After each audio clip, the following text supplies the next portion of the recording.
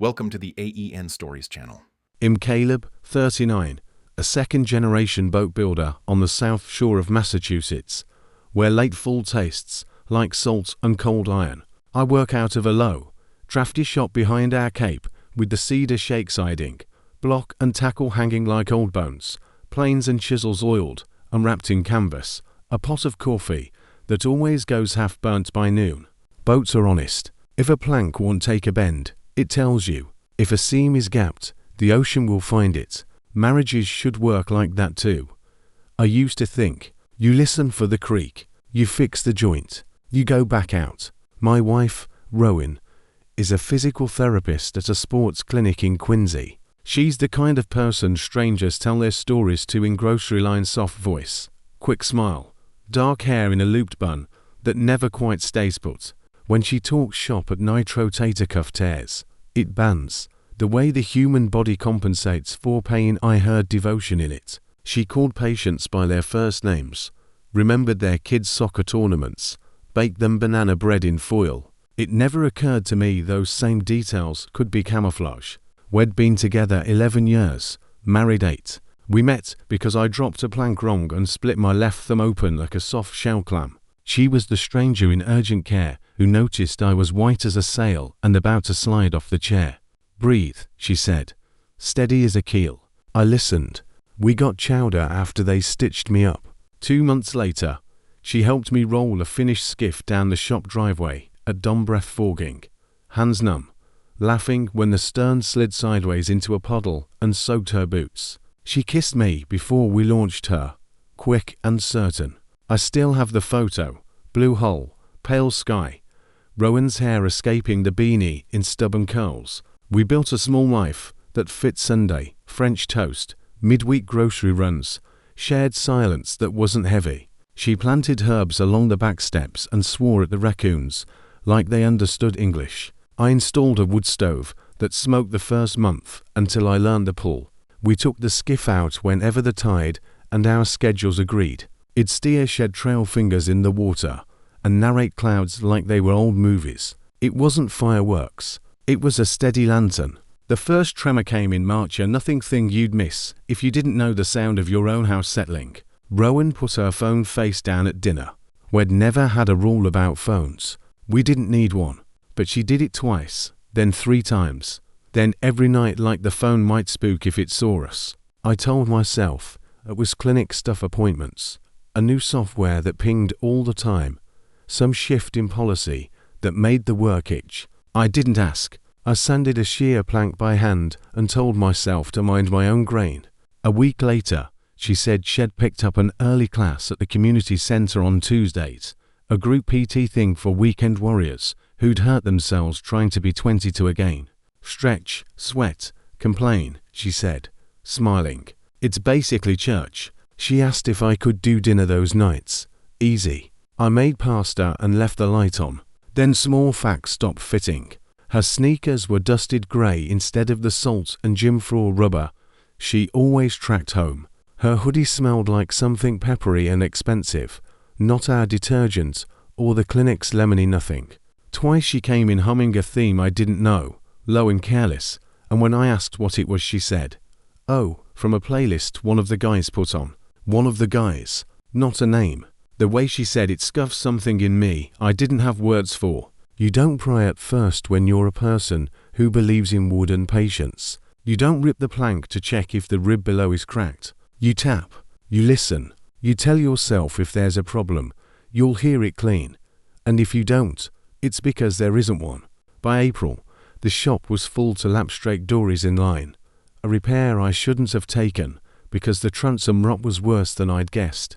And a stubborn little dinghy whose owner wanted more shine and contributed nothing but notes on gloss. I'd come home smelling like teak oil and grit and find Rowan already showered, already in bed, already on her side facing the window, scrolling. She'd laugh at something I couldn't hear and turn the phone slightly into the blanket. I told myself it was a meme about cats doing Pilates.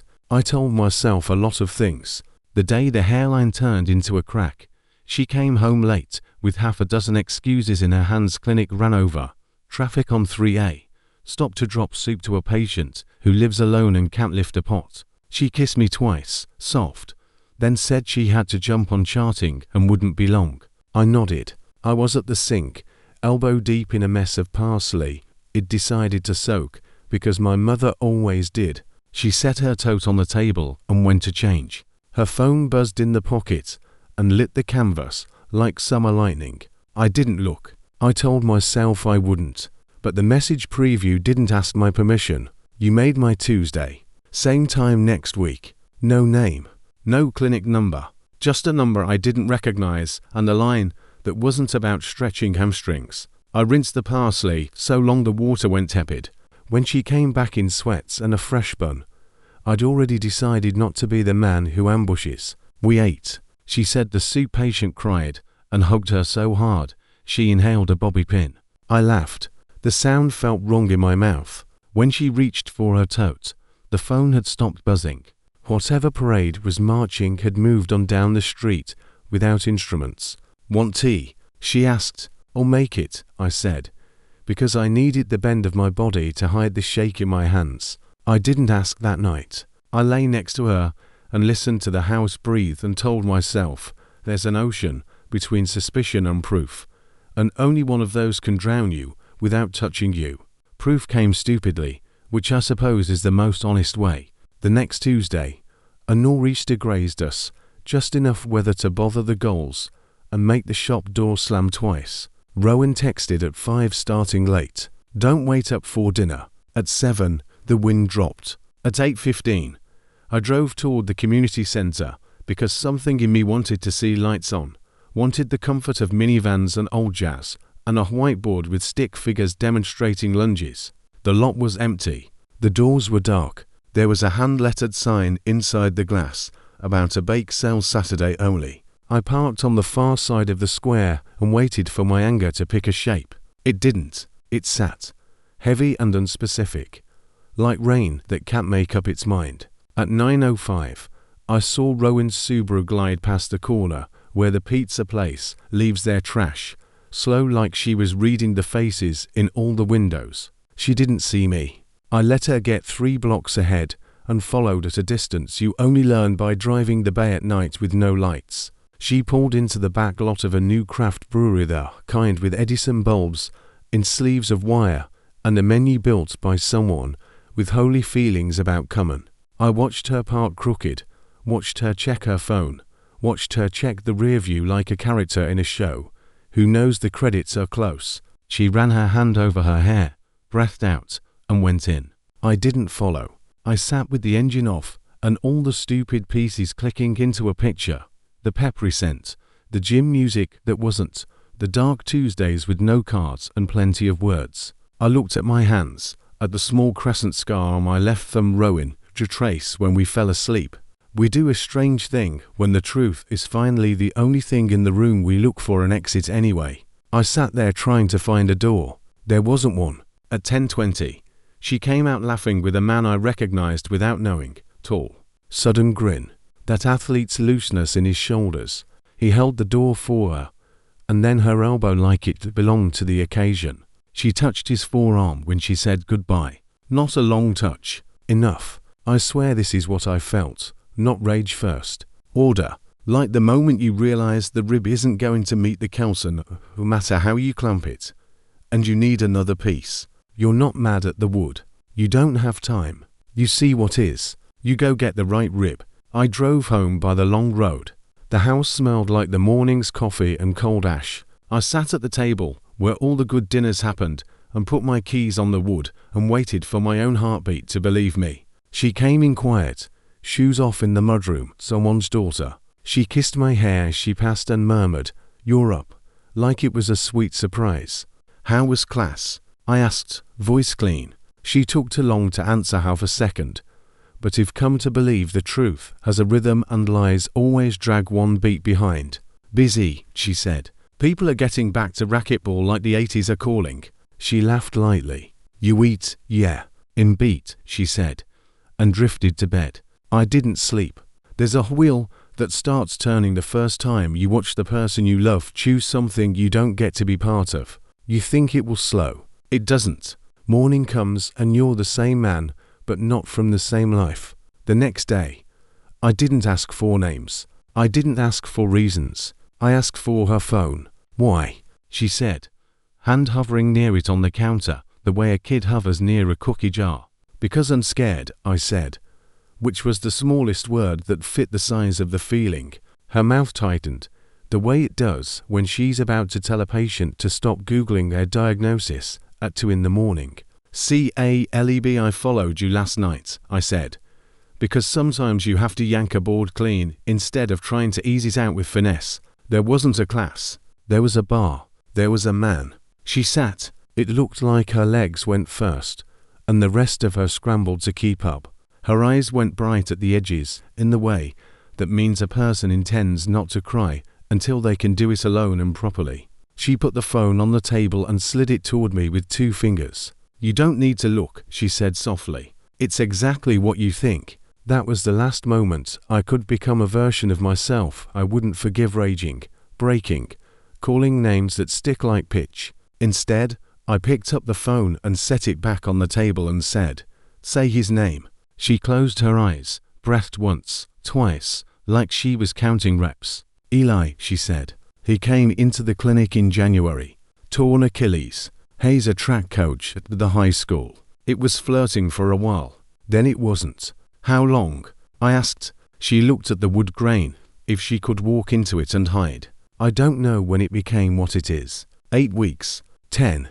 She met my eyes, finally. It's not Caleb. I didn't plan an affair. I didn't go looking for someone to blow up our house. I felt seen another way, and I liked who I was in that light. She winced at her own word. Light.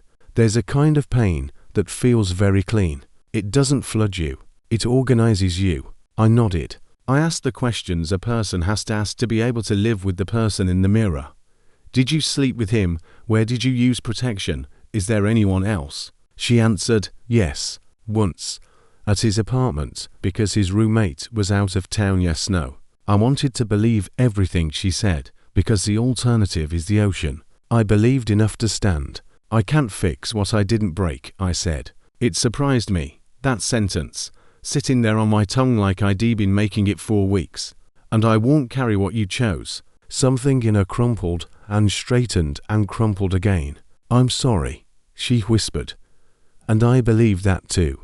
Sorry is real. It just doesn't rebuild anything by itself. I told her I was going to my sister's for a few nights, and that I'd be the one to feed the cat because the cat won't eat if Rowan puts the bowl down. I told her he'd call Dr.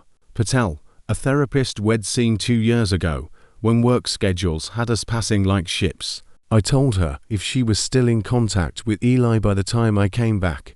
We weren't AWE anymore, not as a threat, as a dimension. I packed a duffel and my old flannel and the photo of the skiff at dawn. I put my hands on the wood stove, cold now, and thought about how long it takes to learn the pull just right. I kissed Rowan's temple because I didn't know if that was the last time it would make sense to.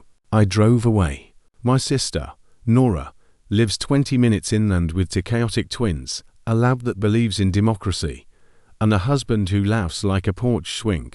She didn't ask questions when I showed up with my 1 bag and the stupid cat who yelled like a soprano all night. She made soup and handed me a quilt that smells like her laundry. You don't have to say anything, she said. I didn't. I slept on a couch that's lost the war against springs and cried so softly at 3 a.m. that even the cat didn't look up. In the morning, the shop key in my pocket felt heavier than it ever had, like he'd been trusted with something I might drop.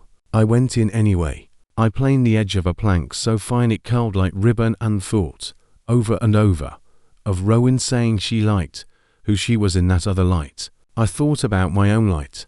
What kind of man was I if I could be torched this way and still stand up and sharpen a chisel and sweep sawdust? At lunch, Dr.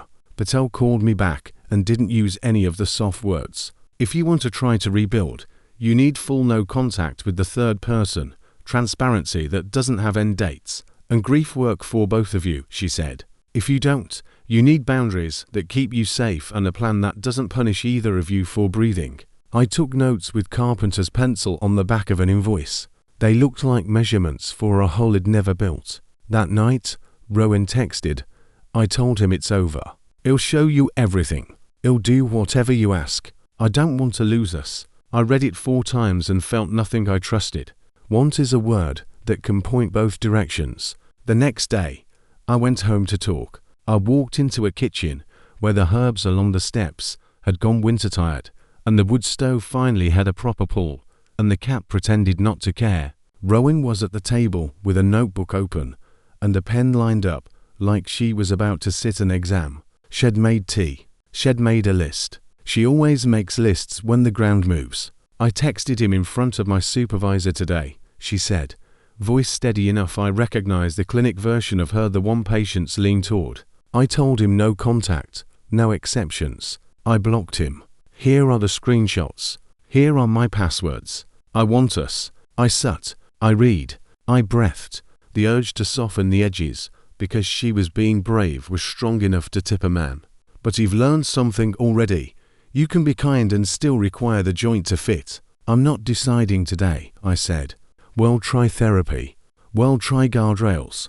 Well, try 1 month. After that, if I am still a man who checks your phone to drink water, I'm not the right man for you, and you're not the right woman for me." She nodded. She wrote the sentence down like a treatment plan. I slept in the spare room that week and listened to the house creak and the heat kick and the cat thump its idiot way across the hall. And I made lists too.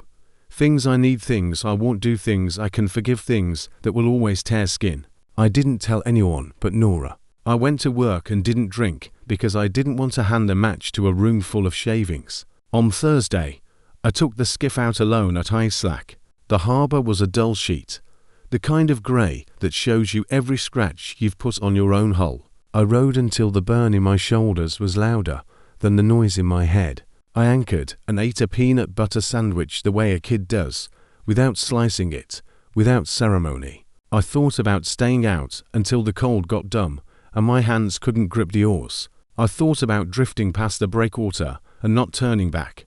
Then a seal popped up 10 feet away and looked at me like I was the least interesting thing it had seen all day, and I laughed. Out loud. It sounded like a hinge that needed oil. Still laughter. When I rowed in, my phone was full of missed calls from a number I didn't know. I listened to the first voicemail while I tied off, and then just stood on the dock with the wet rope in my hands and the world going thin.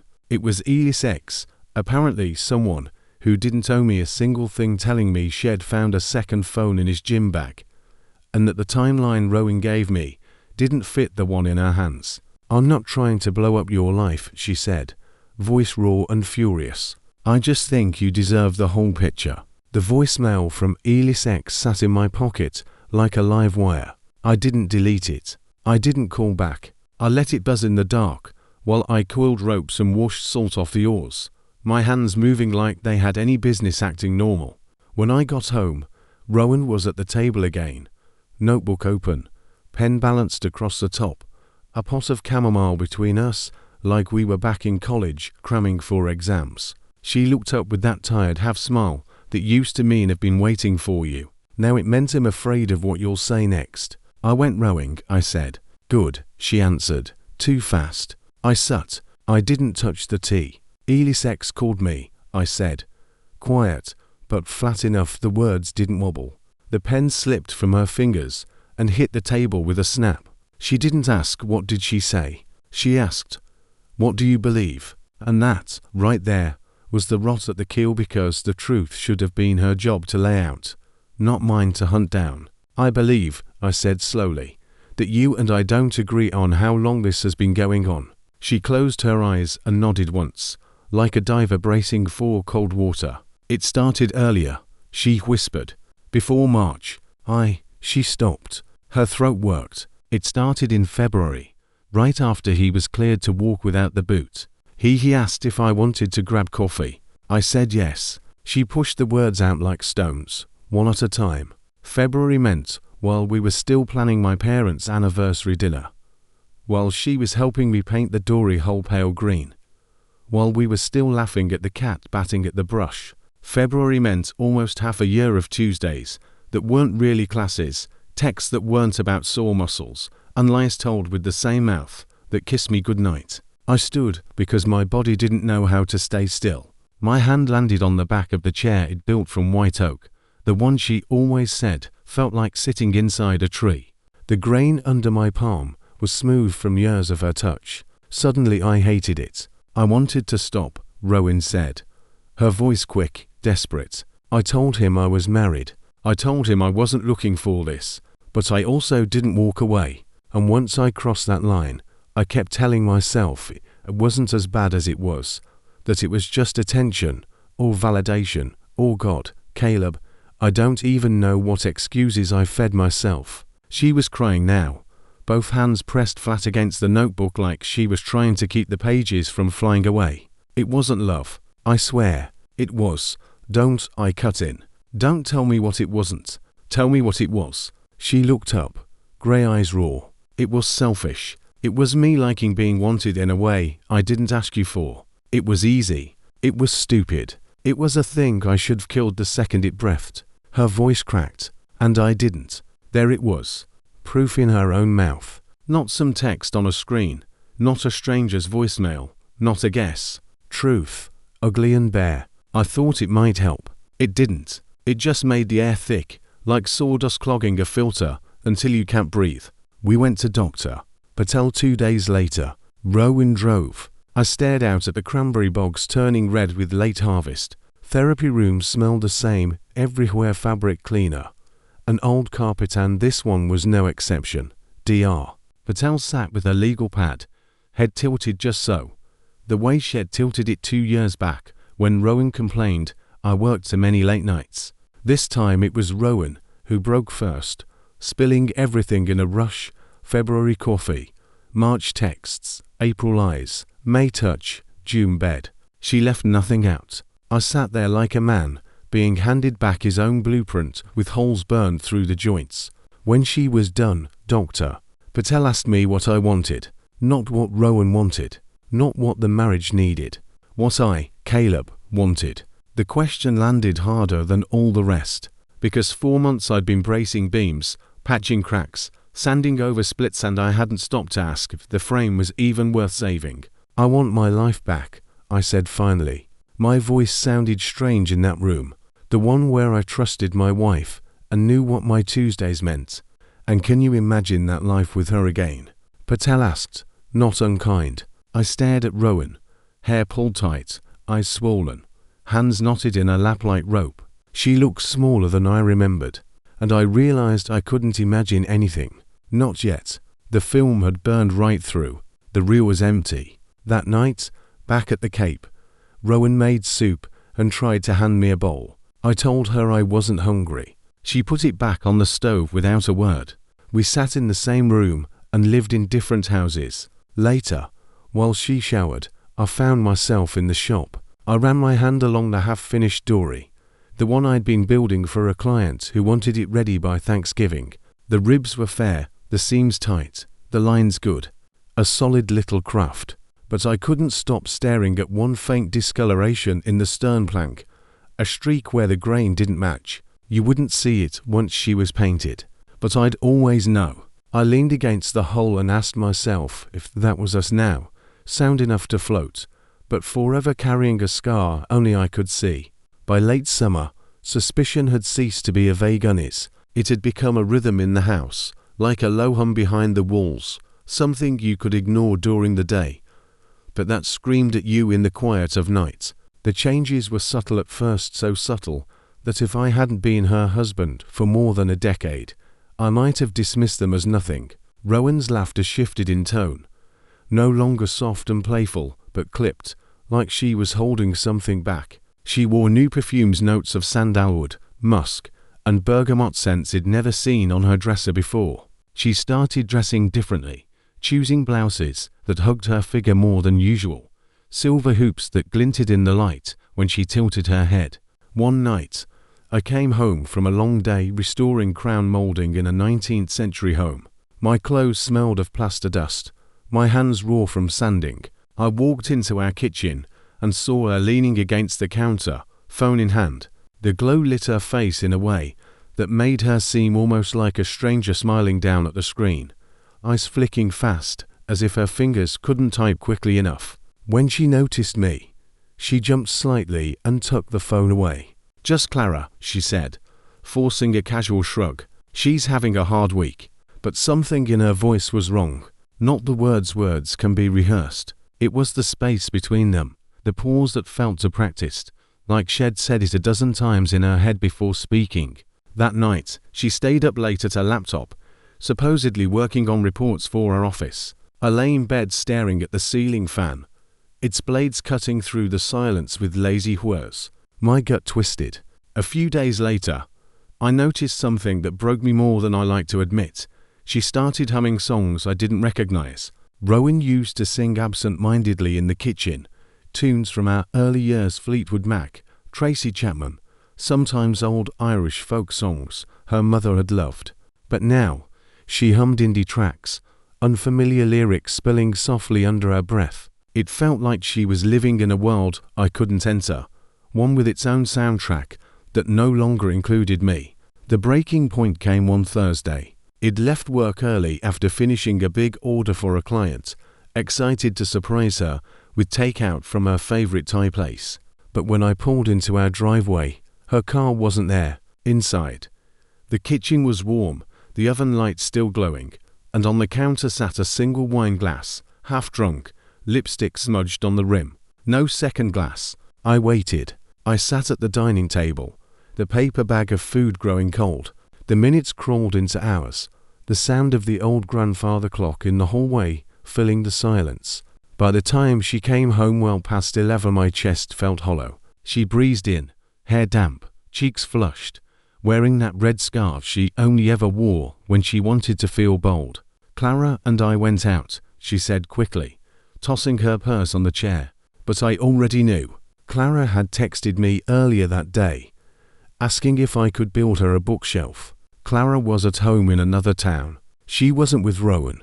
That night, when Rowan showered, I caved. I told myself I wouldn't, but my body moved on its own, like muscle memory guiding a chisel along a fragile groove. I unlocked her phone. The messages were there, clear, unforgiving. They weren't explicit, not yet, but they carried the intimacy of something blooming in secret. "I can't stop thinking about today. You make me feel alive again. Can't wait for our next walk." I dropped the phone. The sound of it hitting the wood floor echoed through the room. When she came out, towel wrapped around her, droplets glistening on her collarbone, her eyes darted to the phone, then to me. For a split second, her face crumbled. "Who is he?" I asked, voice hoarse, almost whispering. She froze. The silence stretched so long I could hear the tick of the clock in the hallway. Finally, she murmured, "It's not what you think." But it was. It always is. After that night, nothing was the same. It was as though someone had taken our marriage, the sturdy, weathered house we'd built together, and pulled one nail to many. The frame groaned, the walls leaned, the roof sagged. We tried to keep living normally. Breakfast at the same table, her coffee steaming in the mug I'd made in my workshop, my toast burning because I couldn't focus enough to pull it out in time. But the silence between us was suffocating. Every clink of her spoon against porcelain felt like a hammer striking drywall, each sound cracking what little remained between us. Therapy was her idea. Martha, a soft-spoken woman with glasses perched on her nose, sat between us in a warmly lit office filled with plants. She asked us to speak openly, without judgment. Rowan's voice trembled as she admitted, "I feel invisible sometimes, like the life we built is solid but lifeless. And when someone notices you, really sees you, it feels like breathing again." I wanted to scream. I wanted to tell her that I had seen her every damn day, that I knew the way her brow furrowed when she painted her nails, the little scar near her elbow from when she fell off her bike at 12, the exact laugh she gave when she thought something was funny but stupid. But I stayed silent, fists clenched in my lap. I confessed my part too. The long hours at work, the exhaustion that left me to drain to plan trips or surprise her with flowers. But still I hadn't crossed the line. She had. Martha asked us to try rebuilding trust. Go on dates, she said. reconnect with the small things. So we tried. One Friday night, I took Rowan back to the restaurant where we'd first celebrated our anniversary. The same candles flickered on the tables. The same Just Trio played in the corner. But when I looked at her across the table, I didn't see my wife. I saw her texting someone else while I wasn't around. I saw Diego, or whatever his name was, making her laugh with jokes I'd never hear. The meal ended in silence. At home, the bed became an ocean between us. Some nights, I slept on the couch, staring at the dark ceiling, wondering how two people who once couldn't keep their hands off each other now couldn't even meet each other's eyes. By November, the truth was undeniable. The frame of our marriage had collapsed. One rainy night, I stood in the living room with a suitcase by the door. I had packed and unpacked it 3 times already that week. Rowan walked in, hair damp from the drizzle, eyes tired. She froze when she saw the bag. "You're leaving," she whispered. I swallowed hard. "I can't live like this anymore, Ro. I can't be the man waiting in the shadows while you chase someone else." Tears welled in her eyes. She stepped forward, reached for me, but stopped halfway. "I never wanted to hurt you." I almost laughed, because isn't that what they all say? I never wanted to hurt you. But hurt is the only thing they leave behind. That night, I drove through sheets of rain, the wipers dragging across the windshield like they were trying to erase the life I was leaving. My chest felt both hollow and heavy, like carrying lumber you know use anymore. Now, months later, I live alone. My new place is smaller, quieter, walls bare but waiting. My workshop is my salvation, the hum of saws steady, the smell of cedar clean and honest. I build tables and chairs for strangers, but really am building pieces of myself, one joint at a time. I hike the cliffs when the weight is too much, the salt air whipping against my face, the ocean reminding me that life keeps moving, waves crashing whether or not your house has fallen. And sometimes, in the quiet of night, I allow myself to believe maybe one day it'll build again, not with Rowan, not with the past, but with something new, something stronger. Thank you for walking with me through this story. It's raw, it's real, and it's proof that sometimes the walls we think will hold forever do collapse, but that doesn't mean the builder is finished. If this story touched you, if it reminded you of your own struggles or gave you hope for rebuilding, please subscribe to End Stories. There you'll find more stories of love, betrayal, survival, and redemption, because none of us are truly alone in our battles.